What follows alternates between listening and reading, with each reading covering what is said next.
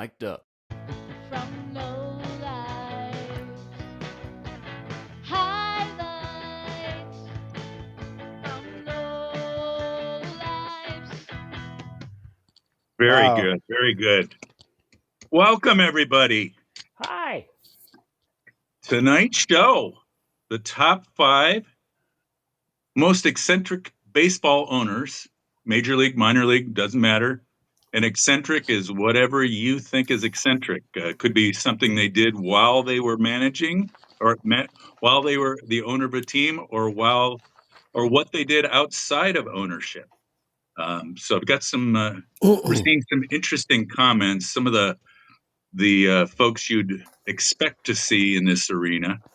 We'll probably do a future show, as Terry has suggested, about owners outside of baseball, because there's some doozies there as well. I think I said there were a whole bunch of asshats out there. That was your exact word. That's correct. Yes, it was. So There's a lot to go on there. Yeah. Welcome to the Highlights from Lowlife show. This is show 38. 38. Wow. We've been doing this for a while. We are a group of senior baseball players in the Bay Area. During the pandemic, we got together on Zoom calls just to check each other's mental health out during the crisis, and they evolved into happy hours that lasted 3 or 4 hours, where we would talk about all kinds of sports-related topics and non-sports related topics. We've been introduced to the folks at Mic'd Up, and we have been doing this show for 38 weeks now. So I guess it's going okay. Our sponsor is Almanac Beer. We'll be talking a little bit about them later on, but we'll all be drinking some Almanac Beer tonight and describing it later on. So why don't we get started on tonight's topic? First of all, who did that jingle, by the way? That's great. Oh, yeah. That jingle's by musician, singer, songwriter Shelby Ann. Look her up, shelbyann.com. She is starting a side hustle of writing jingles for other people. So if you're in the market, she's out there. And I heard she's putting a new album together. Yeah, she is working on a new recording as we speak. Excellent. Yeah. She's right. good. Look her up. Way better than us.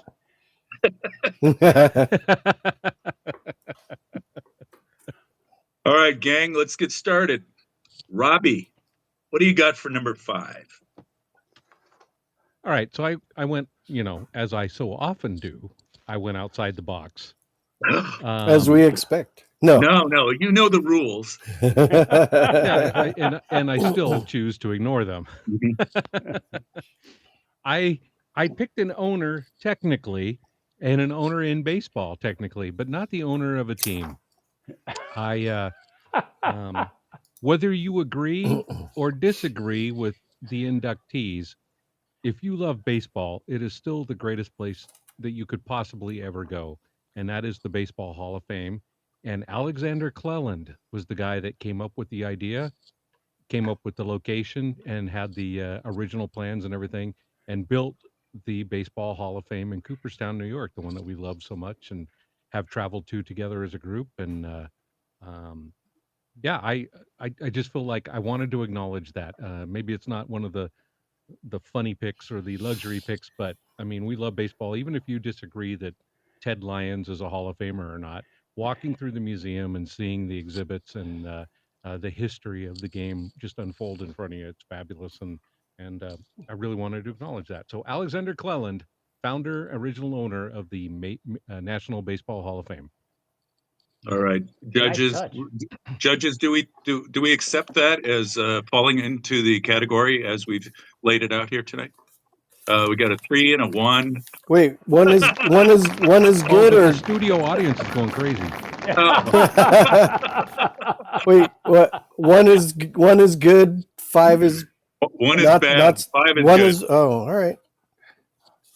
I'm into the 5. Too late. We've already recorded the 1 that you put up earlier. So. Darn. I averaged it out. So it turned out to be a 3. Okay. All right, Rob, who's up next? Let's go with Marty. Okay. Did a little digging for this guy because there's not so much his name, but a couple other names that we all might remember came up. His name is William Cox, and he took over the Philadelphia Phillies in 1943. Now the Phillies back then, when he took it over, it is quote the dregs of the National League for a quarter of a century, and only one time finished above 500 in 1918. But it's funny how art imitates life. Do you guys remember it's an older movie, but it was in when I was a teenager. Heaven Can Wait with Warren Beatty. Warren Beatty. Yeah. Jack Warden. So he's in a position of power. So he buys the Rams in the movie so he can play quarterback. Yes. Well, all right. So here's Mr. Cox, who's bought the Phillies, and he considered himself an athlete. He was a runner and the whole bit.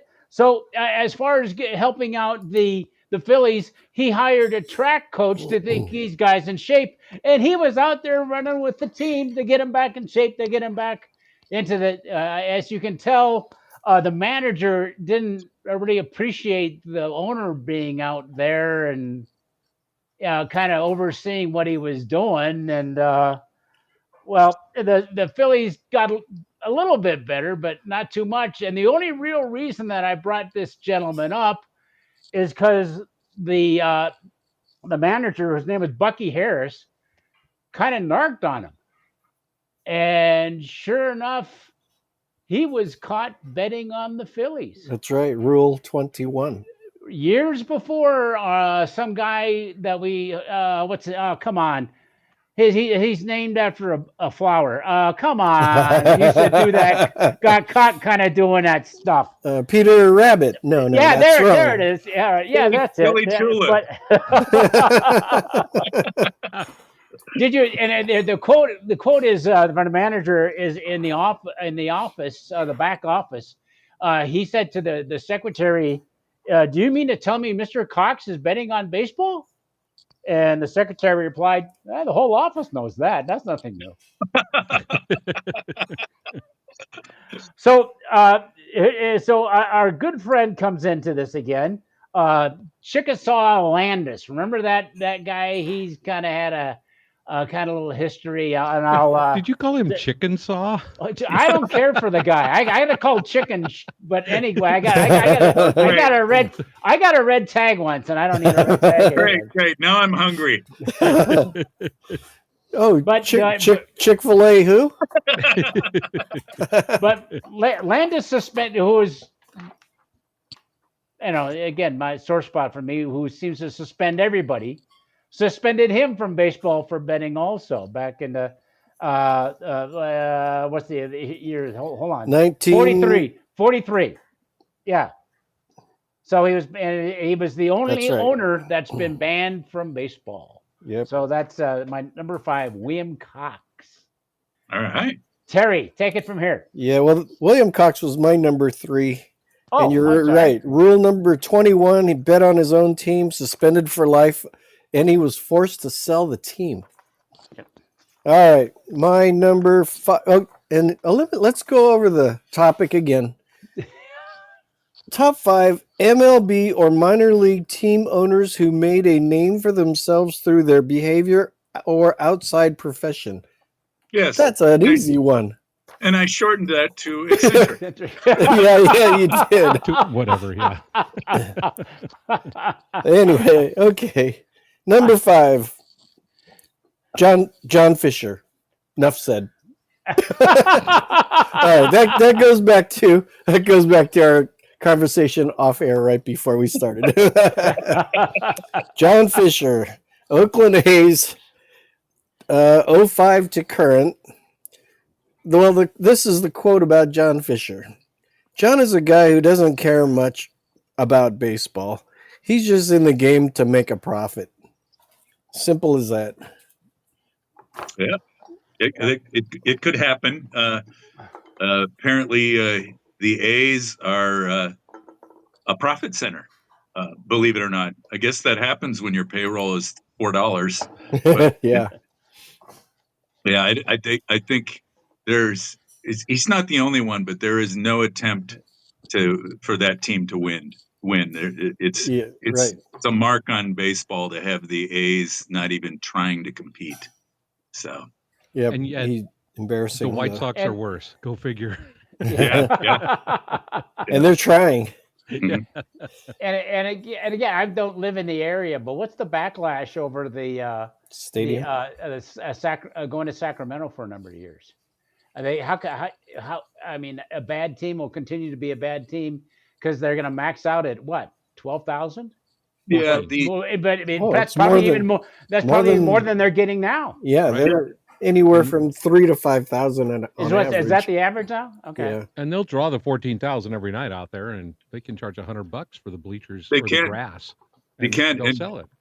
And Rob, there's thought that perhaps the Vegas deal won't go through, Right. and that when the time comes, if Sacramento performs well enough as Will they stay a there? rooting base, that they'll stay in Sacramento. Well, They the guy won't- from the Kings has already made entries into opening discussions about buying them if that Vegas deal falls through. The guy that owns Yeah. the Sacramento Kings, and Oh, he's wow. the newer owner Wow. that's done a lot to get Yeah. that arena built and Yeah. build up a good team I, there. I still want to go So- to Las Vegas and watch the Trop get imploded. So that's one good thing about the A's moving to Las Vegas. It's on my bucket list to see a building implode. Go A's! So they won't go to somewhere like Salt Lake City? New baseball team franchise, or I guess kinda moved? anything can happen, but presently the Vegas is still on the table. So. Yeah. Yeah. All right. All right, let me finish Anyway. up our first round here. Do you guys know who Harry Frazee is? Yes. Oh, you do. Yeah. Oh, good. No, Nanette. Is he on your Ooh, list? that's good. He was an alternate, Oh, okay, all right. an honorable mention. So yeah. Yeah, I think people out there should know Harry if they don't. He is famous for selling Babe Ruth from the Boston Red Sox to the New York Yankees for $100,000 in order to finance his new play, which Yeah. was much more important to him than any baseball team could be. Oh, he must be a descendant. I mean, John Fisher must be a descendant of his. So I was looking online, and they said this is 1920, I believe. The terms of the deal were $25,000 in 4 installments plus interest, which amounted to around $125,000. And yeah, I think the Red Sox got their money's worth, because that play did really well. But So Harry will go down in history as one of the most short-sighted owners ever to grace the game. So yeah. But you're right, because I like I said, I had him on my honorable mention. Not only was he trying to finance the Red Sox, he was trying to finance the stage plays, Yep. and he was also trying to buy Fenway Park at the same time. I Oh, mean, okay, well, does this guy come from the government where he just, we'll just raise money for him? We'll just print more. I mean, hey, geez. Anyway, I'm sorry. Okay. all right. But yeah. Hey, let's go to the number 4 picks. Let's see. I'm going to go with Marty. Okay. This is again something a little different, and you got some people are going to get a little ticked off that I took him off the board so early, because he wasn't known as an owner. He was known as the sheriff in Bonanza. His name is Bing Russell. He's Kurt Russell's father. He was the one, and and I see a smile on Weber's face. Like, he took over as owner of the Portland Mavericks. Who are the Portland Mavericks? They're the team in that movie that we all have it. We all have to see, and you as baseball fans all have to see the battered bastards of baseball. He had when Bing he had a squad of 30 guys because he wanted to give everybody a second chance. His motto was fun. Yep. Portland went crazy with these guys, and when the time came and Major League, again, it was independent at the time as an independent league, but Spokane, excuse me, I said Spokane, I misspoke. Portland was a minor league city at one time. So MLB baseball didn't like this outsider beating up on all their Northwest League AAA teams at the time. There's even a rumor that they got to the championship game and lost to the Bellingham Mariners. And Dave Hindu will even tell you the story before he passed away that he was brought down to the Mariners to make sure the Mariners beat the Portland Mavericks. But the key point of the story is Major League Baseball came in and threw them out pretty much and established a minor league team there, and it was forced. Now again, this was in '77, and Bing Russell sued, and the league was forced to pay him again in $77, $206,000, which was the largest payout in baseball history for a minor league territory. So one guy came in, and it was, and like I said, if you haven't seen the movie, see the movie. It's a great baseball film. Bing Russell was the owner of the Portland Mavericks for just 4 years of their existence in the '70s. That's my number 4. Good. Yeah. Thank you. Weber, go ahead.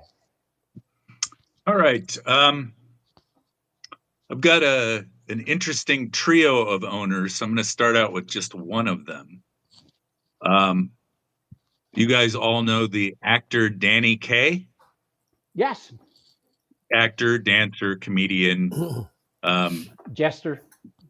film star from the 50s and 60s.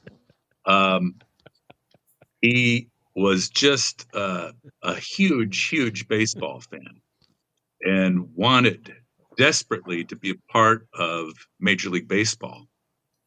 And he made several efforts to become minority owners with both the Dodgers and the Angels. And he may have been successful at some point, but I don't think he felt like he had enough say, and wanted to be more of part of the action. Be an owner that showed up at every game and just showed his love for the team. So when baseball expansion came to Seattle in the late '70s, the majority owner, and I think his name, Marty, was it George Argyris or Argyris? Argyris. Yeah. He was looking for minority owners, and Danny Kaye jumped at the chance. And the next day, after becoming a part of the management team, the ownership team, he showed up at spring training in a Mariners jacket and was just excited to meet all of the players, and couldn't have been a better ambassador for the Mariners in their first season. It was very cool to watch, because at that time he was in his 70s, maybe even 80s, and just was like a kid in a candy store. So Danny Kaye, look him up. Yep. All right. Chair, what do you got? All right. How about Jeffrey Loria from the Marlins? Oh, yeah. Boo! Where's your boo, Rob? Put the boo on. Let's try it you want again. the boo? Yeah, I give you the Jeffrey Loria of the Marlins. Loria sold the Expos to Expos Baseball Limited Partnership, essentially Major League Baseball, for $120 million. Then he brought the Marlins. He bought the Marlins for $158.5 million, with the $38.5 million difference ponied up by MLB in an interest-free loan. He just he effed over everybody. In exchange, through 2048, the city of Miami is on the hook for $2.4 billion. That's with a B.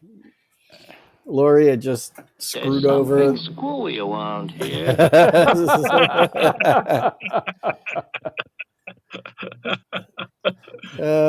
Here's how slimy he is. He basically told everyone to go F yourself. And he told 1 second. Jose Reyes.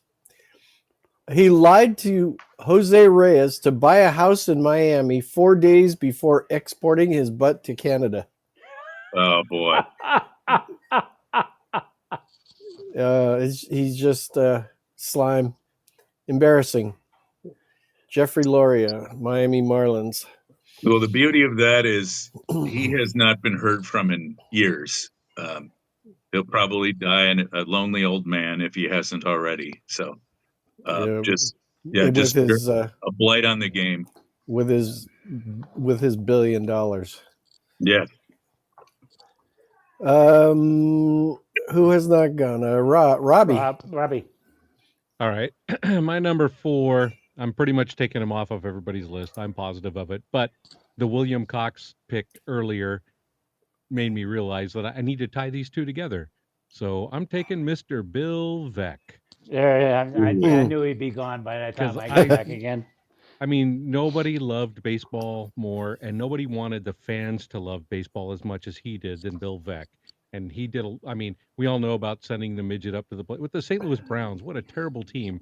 And he came up with ways to actually get people to come to the stadium by sending a 3-foot 6-inch guy up to the plate to get an automatic walk, and rigging that all up. And they have a rule now about height, that you have to be a minimum height to actually to actually play in the major leagues, to avoid that situation ever again.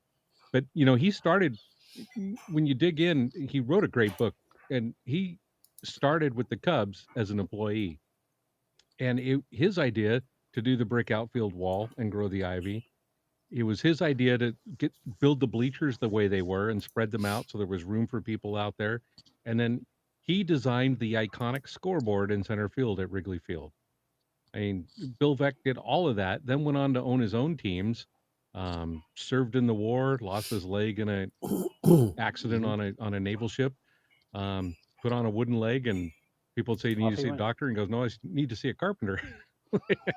Not while I'm trying to drink, please. Come on. But the big thing about William Cox and Bill Veeck is Bill Veeck was going to buy the Phillies and fill it with Negro League players. I was going to bring that up, but you didn't. Yeah. And who said no? Who said no? Pretty much all the other owners. And Landis. Yeah. Chicken shit. Oh, chicken wing Landis. Swing and a miss. Yeah, he was gonna fill the team with Negro League stars and take on anybody. He was a pioneer in that area. He was the first. He signed Larry Doby right after Jackie Robinson was signed by the Dodgers. Then he went on to Chicago, designed that scoreboard, the exploding scoreboard. The White Sox weren't drawing anybody. Kept them in Chicago, saved the team there. Used to wander around and sit in the bleachers with no shirt on, smoking cigarettes. Because he always said that the baseball intelligence was inverse to how much money people spent on their ticket. He thought the people in the bleachers knew more about the game than the people in the good seats. And Robbie, to that point, my mom grew up in Cleveland, and she went to as many Indians games as she could. When he was the owner? Yep. And she said that back in the day, she would pay 10 cents to get a upper deck seat. And in about the 4th inning, depending upon what kind of crowd they had that day. Vec would get on the PA system and invite anybody who was sitting in the upper deck to come down and sit in the lower seats for no extra charge. Any open Wow. seat, you got it. You're in. Wow. Yeah. So he was about promoting the game, that you, Yep. you make a fan by doing stuff like that, and they'll come Yep. back again. So Can I add one more? I found this in a paragraph of Please, I could during go the on research. for hours. And someone should incorporate this today because I think it would be great.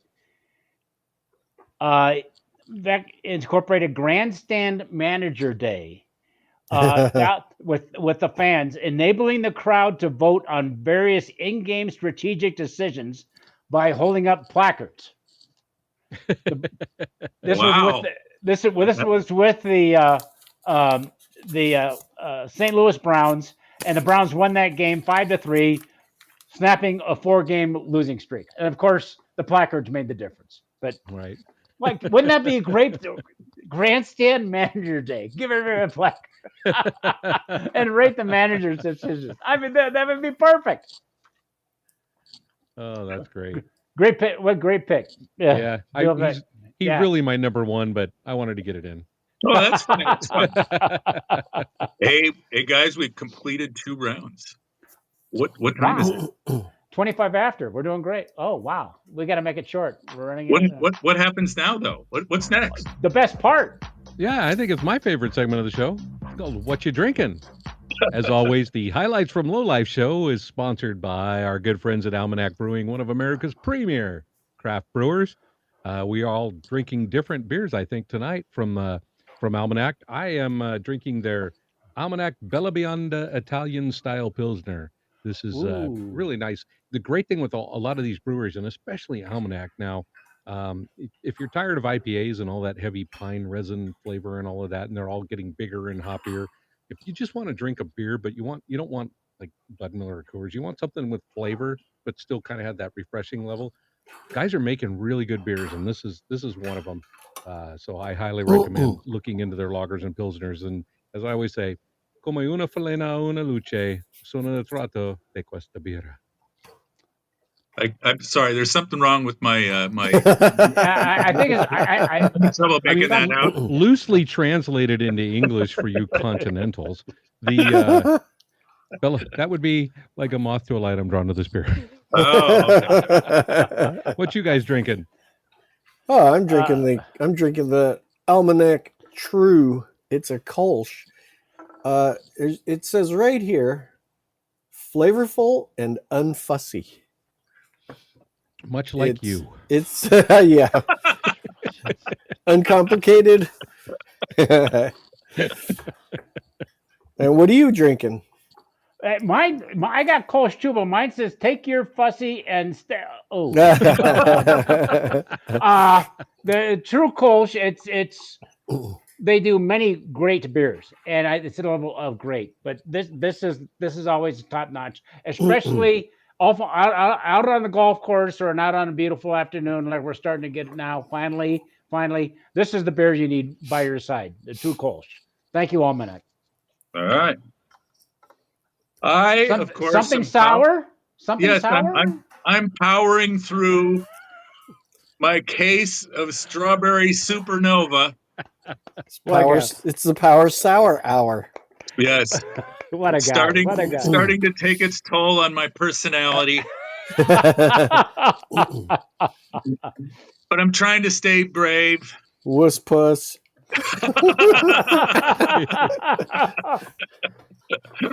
Hey, have you guys heard of a chain in our area of restaurants called Blast and Brew? No. Okay. That's I know. You better explain quickly. yeah. I did not choose the name, but Blast and Brew has become popular. As you enter the restaurant, you are greeted with a wall full of taps. Oh. And these get cycled through with different beers from time to time. There's about 35 choices. Wow. You get a little credit card as you walk in, and you put your credit card Oh, one of those on ones. the tap that you're going to use, and you pay by the ounce. Right. Yeah. Awesome, Ah, awesome idea. And that's Almanac has partnered with Blast and Brew. So when I was there the other night, there was 5 different varieties of Almanac beer available. So I was in Wow. heaven. I was in heaven. Oh. And Oh. and sadly enough for me, there were no sours. But I was able to find another beer to drink. Yeah, I did go with the Kolsch. So yeah. I was gonna say, like the true. Hey, we got a what you drinking from a listener, all right. JC. JC from Tahoe. I'm drinking a True Kolsch from Almanac. Of course. Cheers, boys. Cheers, Excellent JC. choice. Cheers. There we go. Well, thank you to Almanac. We continue to love these beers and continue to tell you that if you're in Alameda and you have the chance to stop by again, they are one of America's best craft brewers. Stop by, visit the brewery, tell them you heard about them from the Highlights from Lowlife show. They might take pity upon you. All right. Or look at you with 2 heads. What? All right, guys, on to round 3. Number 3. Let's see. Number Robbie, you finished 3. that round. Well, who's up? How about Terry? Okay. Well, actually, my number 3 was William Cox, but I'll just jump to my next one, and then I'll figure out the others later. MLB for banning African American players for 60 years on a gentleman's agreement, 1890 to 1940. That is just Chick-fil-A crap. You want sauce with that? Shame on you, MLB. Yeah. Or at least the owners back then. Yeah, definitely. Wussies. Yep. Enough said. That's just embarrassing to everybody in this country. Marty? Agreed. Well, it's funny. It's funny that you mentioned that, because this one is gonna kind of roll in. It's we said eccentric owners, and I couldn't think of one more eccentric for what she did and what she tried to do and went sideways, and that's Marge Schatz of the Reds. Wow, she's yeah. a piece of work, man. The first woman to buy an NFL. Listen to me. I think I'm getting ready for the draft tomorrow night. So And by the way, this is going to be the only time you're ever going to hear Marty turn down a shot. That's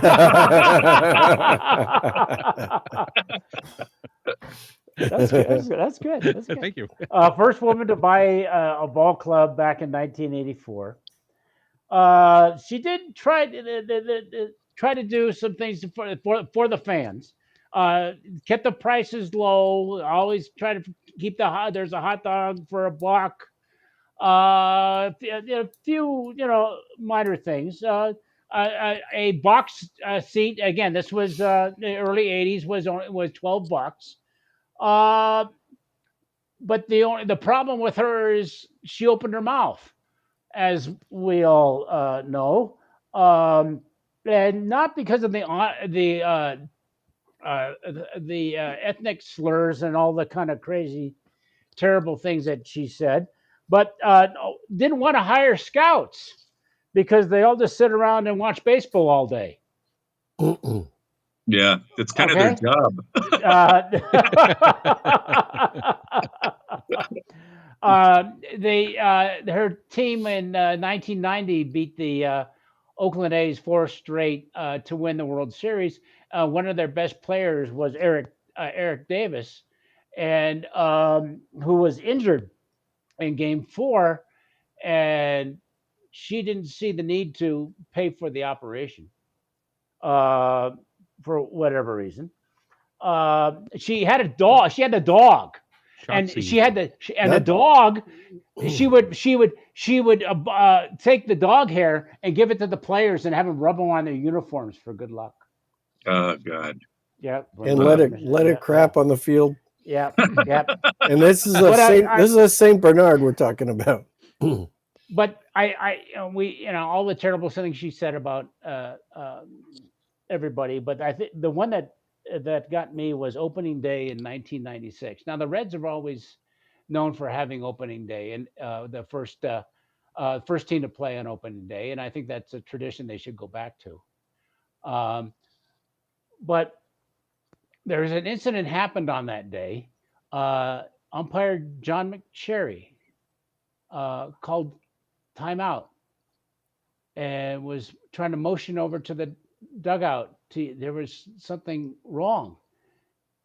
He collapsed on the field and died in the hospital later that day. And I'm just going to read the quote. It was snowing in the morning and now this. I don't believe it. I feel cheated. This wasn't supposed to happen to us, not in Cincinnati. This is our history, our tradition, our team. Nobody feels worse than me. Yeah, right. Oh God, Man, Nardi, you are bringing back some bad memories. Well, you said, like I said, the key phrase was eccentric. So I think there she was. So I think team owners. That's enough.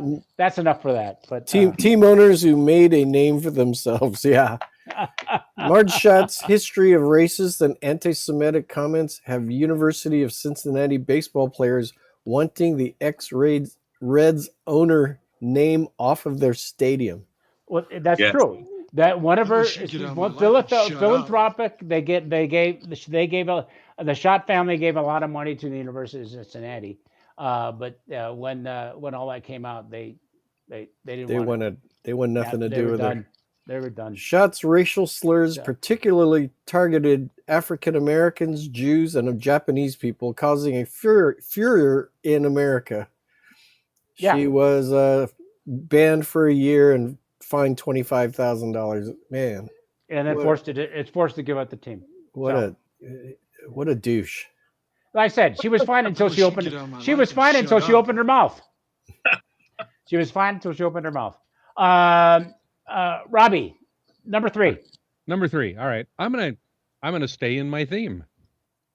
I'm gonna take for number three a guy who tried to follow in his father's footsteps, made a pretty big mistake, and found retribution later in life in the minor leagues, and that would be Mike Veeck. Bill Veeck's son, Mike, he orchestrated the now infamous disco demolition night at the White Sox game in the middle of a doubleheader. They were going to blow up. If you got in cheap if you brought a disco record, and they were going to blow them up at the in between games of the doubleheader, and they didn't count on the huge turnout. And when they blew up the records, all the rock and roll kids charged the field, started tearing up the field, and the White Sox eventually forfeited the second game, which is the last time I remember a forfeit actually taking place in Major League Baseball. Yep. Wow. But it put a black mark on Mike Veeck, who had the same kind of eccentricities and same kind of love for the game and love for the fans that his dad did. So he struggled a long time. He came back in the minor leagues, was able to buy the St. Paul Saints. And speaking of great documentaries on Netflix, The Battered Bastards of Baseball is outstanding. The Saint of Second Chances is about Mike Veeck, and it's equally as good as The Battered Bastards of Baseball. It's outstanding. But it talks a lot about the things he did with the minor leagues. In St. Paul, you've got the Twins right across the river. But he's able to pack the house every night in St. Paul with these teams, doing promotions like the team couldn't afford a Jumbotron, so he made a Tiny Tron, which was a 6-inch black and white television mounted on the center field wall. And also, because they didn't have the video board, he created Mimo-Vision. So if there was a great play, this cast of actors would jump up on top of the dugout and reenact the play. Mimo. We got to do that. We got to do that. He has a ball pig, which brings out baseballs to the umpire, and they have the bat dog. And they do a bunch of other goofy promotions like that, and they pack the house every night in St. Paul. So Mike Beck, I love a redemption story, and yeah, everything that his dad was about, he just carries forward. And again, if you have not seen The Saint of Second Chances on Netflix, make sure you put that on your list to watch. It's one of the great baseball documentaries. All right. I'm writing it down right now. I can't believe you I haven't am seen too. it. Total homework. Yeah. Yeah. All right. Who's up, Robbie? Terry, did you go this round? I did. Okay, Mark. I guess that's you, Rob. All right. I'm going to use a duo here. Staying with my acting theme, these guys were compatriots in many films, like The Road to Morocco, um, singing, dancing, comedy, and a love for baseball. Bob Hope and Bing Crosby. Bob grew up in Cleveland, Ohio, and through a mutual friend, became a small investor in Bill Veck's Cleveland Indians ownership group, and was a proud member of the ownership team for many years. There is a Sports Illustrated cover with Bob dressed in a Cleveland Indians uniform. That's a big collectible. You see that at all the collectible shows. He wanted to be a silent partner. He says, "I'm not here to tell them how to run the team. I don't want to make any money off this. I'm just proud to be associated with the Indians." Bing had already shown an interest in being an owner. He was good friends with Pirates owner John Galbraith. So right around 1946 or 47, he bought into the Pirates ownership group, and Bob Hope and Bing Crosby showed up at spring training one year, 1947, wearing the opposing uniforms, the Indians and Pirates, and got the fans going at their games.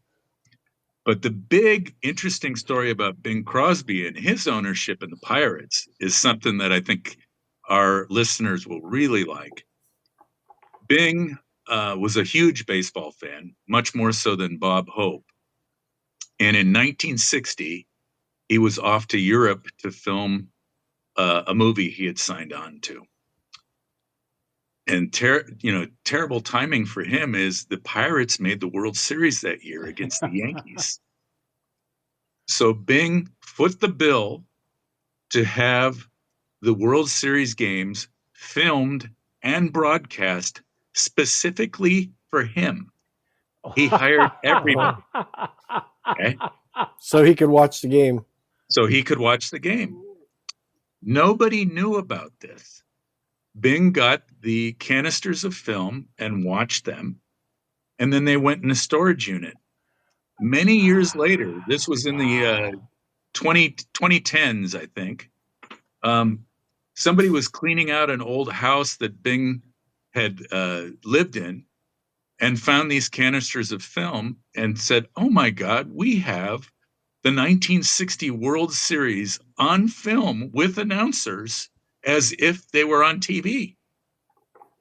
So they brought these to the MLB network, and the MLB network said, "Oh, this is awesome. We have to show these games on TV, on our show, and invite any of the players that are still alive on either of these teams." And they had a town hall in Pittsburgh and showed the games. It was well attended. I guess there was about a half dozen or so guys that were still alive, because this was from 1960. Yeah. And they told what it was like to be in the series. Very cool Oh, story. that's neat. Wow, that's Yeah, great. very So Wow. keep an eye on the MLB network and look for Bing Crosby's 1960 World Series films. So they play them once or twice a year. All right, we have completed another round. And this is taking us a lot longer than I thought, because our stories are really long. They're great. They're great stories. I mean, Yeah. this is terrific. Let's face it, there are a lot of buttholes out there. Enough said, right? Enough All said. right. Let's get into round two. Marty, give us one of your picks. All right, round two. This is, and we all know who she is. Again, the first woman in the Baseball Hall of Fame. She was a part owner of the Newark Eagles. I should have got my hat. I have a Newark Eagles hat back there. I neglected to do that. Sorry. Effa Manley. Her and her husband Art Manley had owned the Newark Eagles. They won the Negro World Series in '46. But this lady set the standard for running a ball club. Not only, and doing a little research, not only did she do all the scheduling and players' contracts and stuff. This lady also knew a lot about marketing. And in an opening day in 46, right, 185 MVPs, including the list. Theo LaGuardia, who was the mayor of New York, and a guy named Charles C. Lockwood. Big deal. Except he was the Chief Justice of the state Supreme Court. And so this lady had connections and knew what she was doing. Actually, I think that one of the greatest things she did is tie into our Mr. Veck. When Mr. Veck signed Larry Doby from her ball club, she said no. Money, pay me. Robinson, Jackie Robinson to the Dodgers, and the Negro League got screwed with that, but she said no. We're Major League Two, compensation, and she did it too. One of the things I didn't realize, and we'll make this real quick because we're running out of time, was her activism. She had a great line for the black community, and it's just here. Don't buy where you can't work. Don't buy where you can't work. I thought that was what more needs to be said of where you're going to shop and spend your dollars. Later in life, she helped out with the Booker T. Washington Memorial Hospital, trained black doctors and nurses, and had numerous benefits games with the Eagles to raise money for new medical equipment. And she, great lady, Effa Manley, deserves to be in the Hall of Fame. That's my number 2 choice. Thank you. All right, go ahead, Terry. Well, I'm still on the negative part of baseball. After that build-up, come on, Terry, I thought you were a positive guy, not like I'm on a website called "Is Your Favorite Baseball Team's Owner Still an A-Hole?" That must be. I don't get that. That must be on TikTok. I don't know. Let's go to the Kansas City Royals. In 1992, when he was still president and CEO of Walmart, David Glass was confronted by NBC's Dateline with evidence of child labor at a t-shirt factory in Bangladesh. His response: "You and I might have perhaps defined children differently. Asians, looks can be deceiving. Asians are short." He ended the interview. Meanwhile, as the Royals' owner, he has pocketed profits without making any discernible investment on an on-field product. He was once revoked press credentials of reporters who asked critical questions. I guess David Glass, what's his name, not going in there anymore asking questions. No. Yeah, so David Glass, what an a-hole. Thank you, sir. May I have another? All right, Webb, what do you got? All right. I know we're getting to the top of the pyramid here, but nobody's mentioned Steinbrenner yet. I'm sure Our buddies at Yankees Coast to Coast are going to be chiming in about Steinbrenner. Sorry.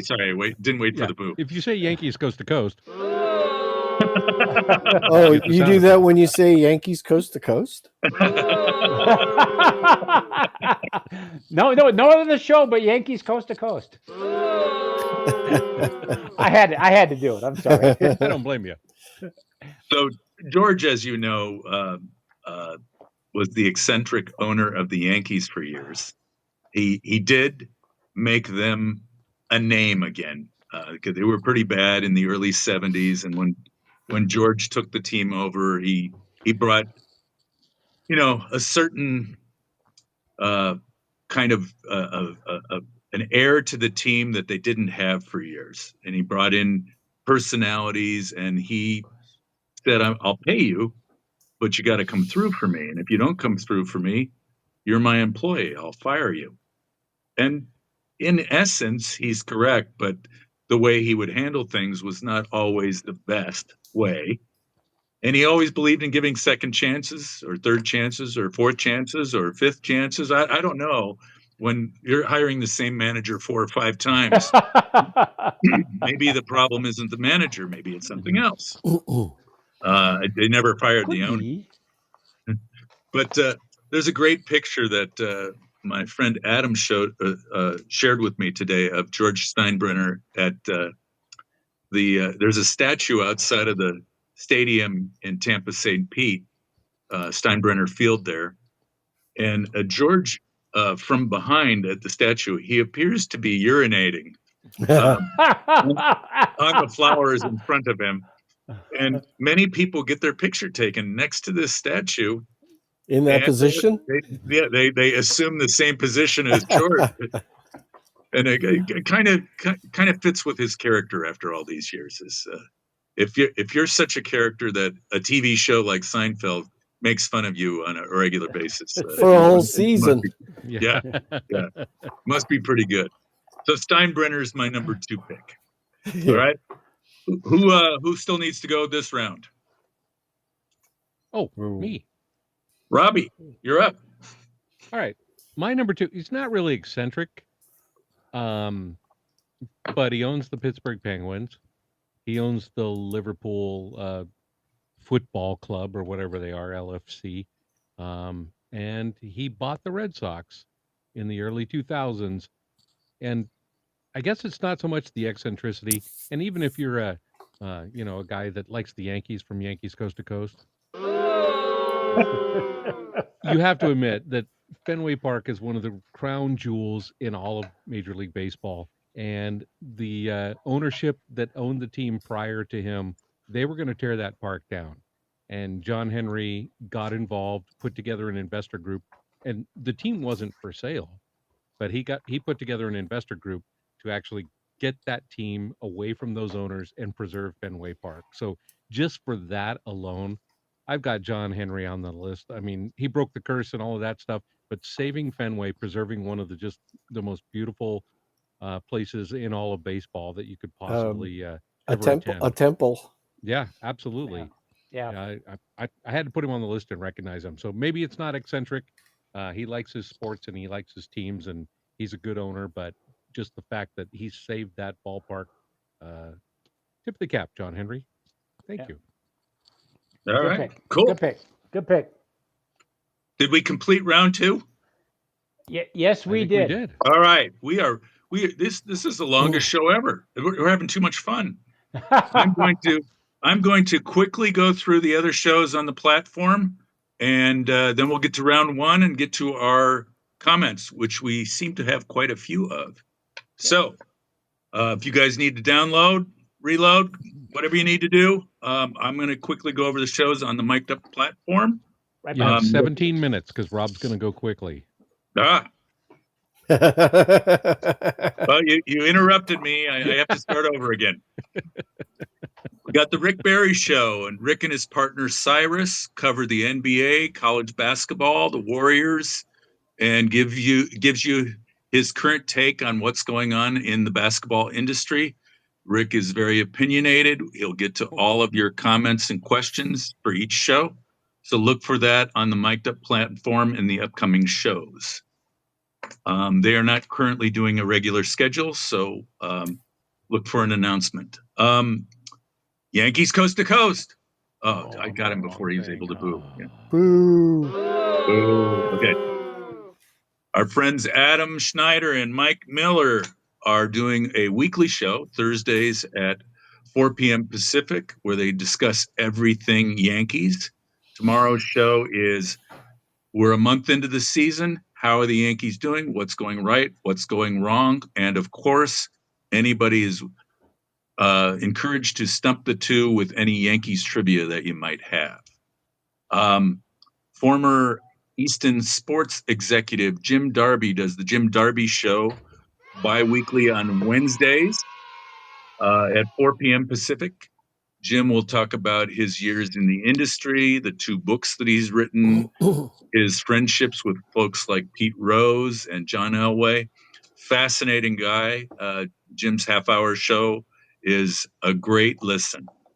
And then we have the Florida Sports Hall of Fame show hosted by John Rieger and Barry Smith. Members of the Florida Sports Hall of Fame are encouraged to join the show, and they have different guests each time. They've had Wade Boggs, Fred Bolitnikoff, amongst others. A great listen, and John and Barry are great interviewers. So look for their shows in the upcoming list on the Mic'd Up app. All right, let's move on to round number 1. God, what is the holdup? Hey, that was a record for me. Yeah. All right, number 1 here. Robbie, who is up? Oh, I get to pick who goes first? Yeah. No, Robbie, who is up? You could punctuate that differently. Who's on first? All right. Hey, sour beer guy, why don't you go? All right. I don't have fond memories of this guy, so I'm on Terry's hate list. Charlie O'Finley of the A's. Yeah, exactly how I feel about him. Really? He called himself a businessman. He called himself a lover of baseball. He called himself a lot of things. He gave himself a lot of credit for things, and there were things that he did do to bring new color to the game. But for the most part, he was a cheapskate who treated his employees very, very poorly, and took credit for things that they did, took credit for the things that they did on the field, claimed responsibility for things. He lowballed players for years, just a cheapskate of an owner. And then when he didn't get his way, he tried to sell players to other teams. Thankfully, the commissioner stepped in and said, "You can't do that. That's not the way this works." So when he left the game, good riddance. He is not, in my mind, responsible for any of the A's championships in the early 70s. He just happened to be the guy that wrote the paychecks. So that's my number 1. Wow. I know that was pretty hateful, wasn't it, Tara? I remember. See, I can be like you. I remember Charlie O. Yeah, He brought the. he Are He you was talking about the donkey or the owner? My answer is yes. or the bunny that came out of the ground with the Yeah. baseballs. The home run bunny. Or was it? And was it it was donkey, not elephant at the time. Yeah, he had the donkey. It's the Charlie donkey, O the yeah. donkey. Yeah. Yeah. And orange baseballs. Yeah. Yeah. That really worked out. All right, Marty, number 1 here. All right, it's a quiz. Who knows him by what we know him? Cornelius McGillicuddy. Is that Connie Chickasaw Landis? Chicken sauce. That's chicken. No, Landis.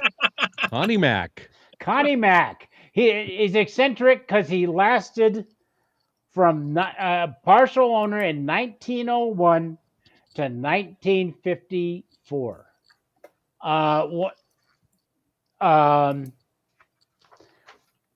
It's a long time. He retired at the age of 87. When his team, when he first bought the team, I forget the name of the gentleman. Hold on one second. He bought it in a Ah, heck. He bought it for partial ownership with Ben Sheeb, which you look back at Ben Sheeb. Uh, the only reason that Ben Sheeb went into buying the team is that he was a sporting goods manufacturer and he got the contract for the baseballs. So you got to do what you got to do to make it happen. Huh. Uh, they said his greatest strength was his connections. He knew everybody for so many years. So and everybody loved him. So everybody had, hey, hey, Connie, here's someone you should take a look at. Here's somebody you should take a look at. He even had Shoeless Joe Jackson played for him for a period of time. Um, two real quick quotes because we're short. But the best thing that can happen to a team financially is to finish in the running, but finish second. If you win, the players want to raise. Ooh. Yeah, the great line. And then later on in the late 30s, there was talk about him stepping away and have Babe Ruth come in and manage the team. And his response was, I'm ruling that out because Babe's wife, Claire, would be running the team inside of a month. Oh, wow. But lasting for so long, his longevity, my most eclectic owner is Connie Mack. Nice. Terry, Actually, guys, I am tapped out. I Oh, went there's through no number one. I went through Marge Shot was my number one. Go on, we can do it. Go And ahead. I could Say Willie McCovey. I could number two on MLB being shameful, and Steinbrenner was my honorable mention. There you go. So Rob, how about it, Weber? Well, I already gave you the number one. Oh, Charlie O. okay. That Oh, must Charlie, be oh, me that was then. then Robbie. Bring Sorry. it home. Bring it home, All right. Robbie. I'm gonna end on a positive note because I think this guy, the four of us and our compatriots, JC and Brent and Jonesy, that uh, do the show with us from time to time, we all have, and if you're watching this, you probably have the same feeling, the love of baseball. Just going to the park, it still feels, there's always a little tingling. You're just happy to be in a ballpark. There's something special about being at the ballpark. You remember your childhood, and I think this owner really embodies that. And I think despite everything he has done in his other career, and he is a landmark American citizen, there is no question about that. He shares this love of the game with us, and he's able to be a part or full owner of several minor league teams. Shows up at the games, and he's there for the game. He has fun. He's has fun with the fans. He just loves being around baseball, and that would be Bill Murray. Bill Murray, I think he's the owner and partner in at least 7 minor league teams, and he just loves baseball. And you can tell that he had those same kind of experiences that we've all had growing up that kept us following the game and kept us wanting to be part of it. And and besides his love of the Cubs, which is well known, the fact that the guy goes like he named the team in Joliet, Illinois, which is famous for having a huge prison, the Joliet Slammers. But he's got teams that are affiliated in low A and double A with major league clubs. He's got teams that are independent league, and it's just a pure joy of baseball. And I think it was in Charleston. The one thing I was going to highlight in Charleston, he had a no attendance night where they played a full game. He wanted to set the record for the least attended baseball game in history. So what he did was they had $2 beers and dollar hot dogs outside the stadium, and they played 5 full innings, so it became an official game, and then allowed the fans inside. So Oh, there he were didn't. It wasn't just at an A's game. all the stadium workers were there, everything was set, and all the fans had to stay outside, and they could, but they had that like TV set up, and they bought, and it was like I said, dollar hot dogs and $2 beers for everybody outside, and then they let them in after it was official game. So the official attendance showed in the box score as 0. Zero. So it's the worst attended professional baseball game of all time, which just seems on brand for for Bill Murray. So yeah, because of that and the joy of baseball and everything, he's my number one, no question. Excellent. Excellent.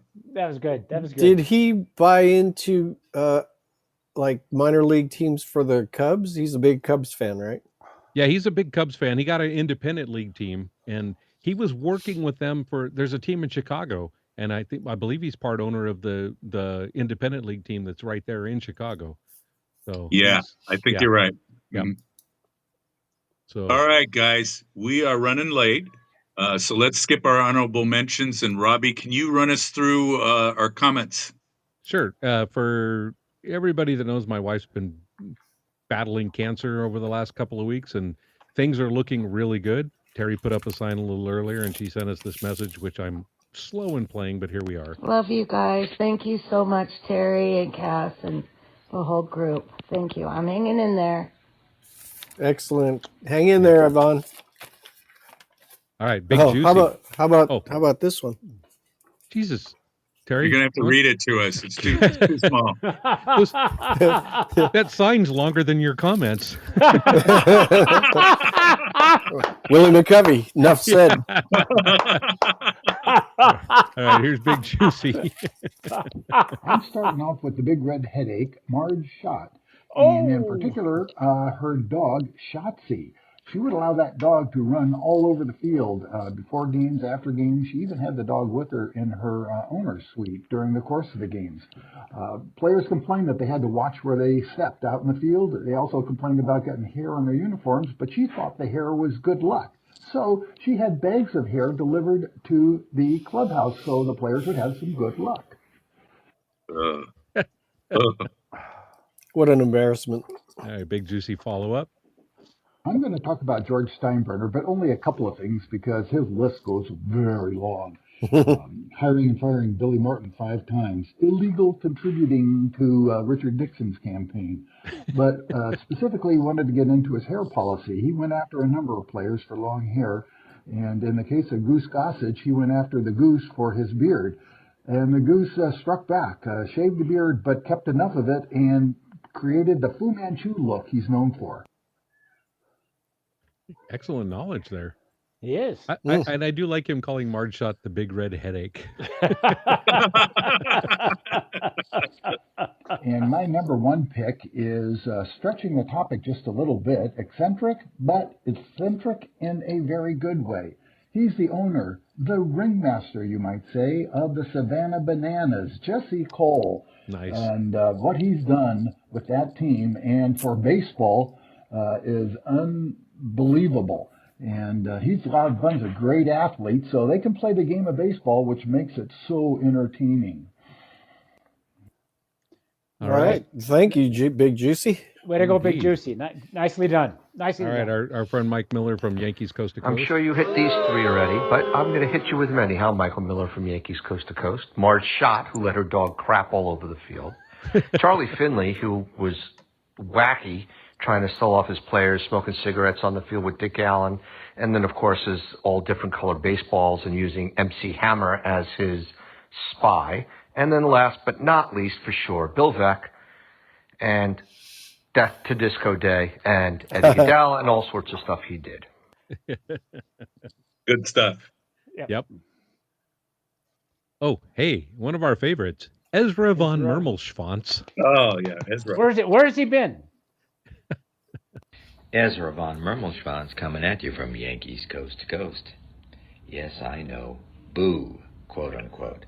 I'd love you guys to tell us a little bit about the great Charlie Finley.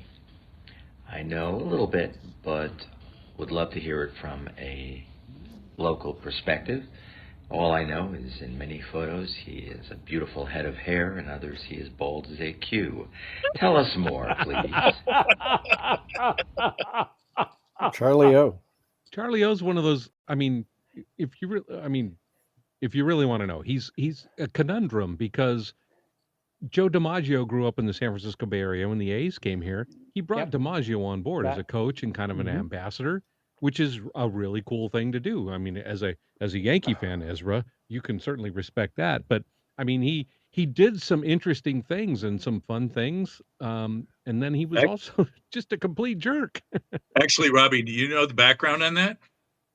I would love to hear your perspective. To qualify for Major League Baseball's pension program and medical benefits, You're He kidding. DiMaggio needed 2 more years in uniform. Oh, no shit. He didn't really Oh, want to sorry. do it, but he decided to take on a role with the A's to fulfill that obligation and get his benefits.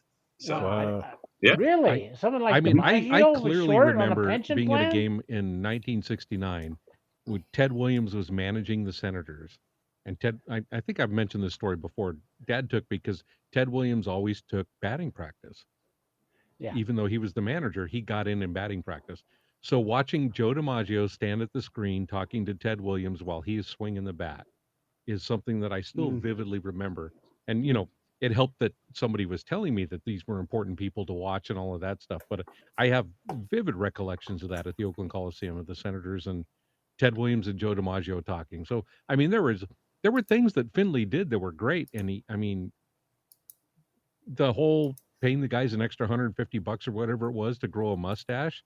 So he had that mustachioed gang thing in 1972. And I mean, there was some fun stuff. What he did with the hot pants day, Oh, yeah.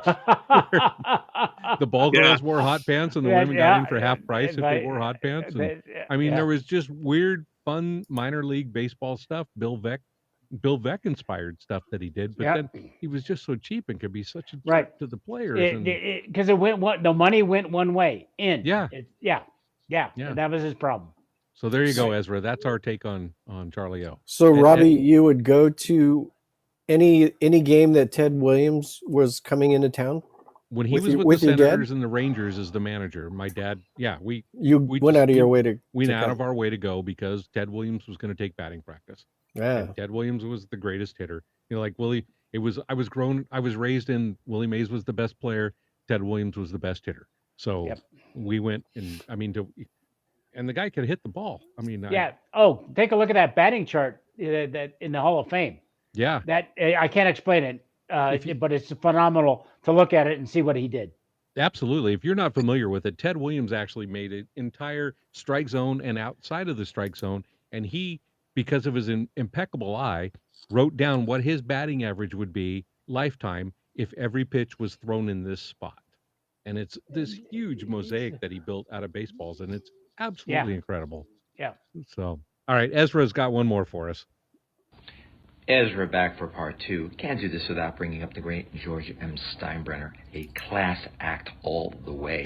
He hired a local thug named Howie Spira to dig up dirt on Dave Winfield Foundation. Now, if you go to Tampa, there's a stadium named after him with a massive, like 3 times the life-size statue of Steinbrenner. And if you stand just right behind it, it looks like he's taking a pee-pee. All class, man. Well, you could tell Ezra's from Queens.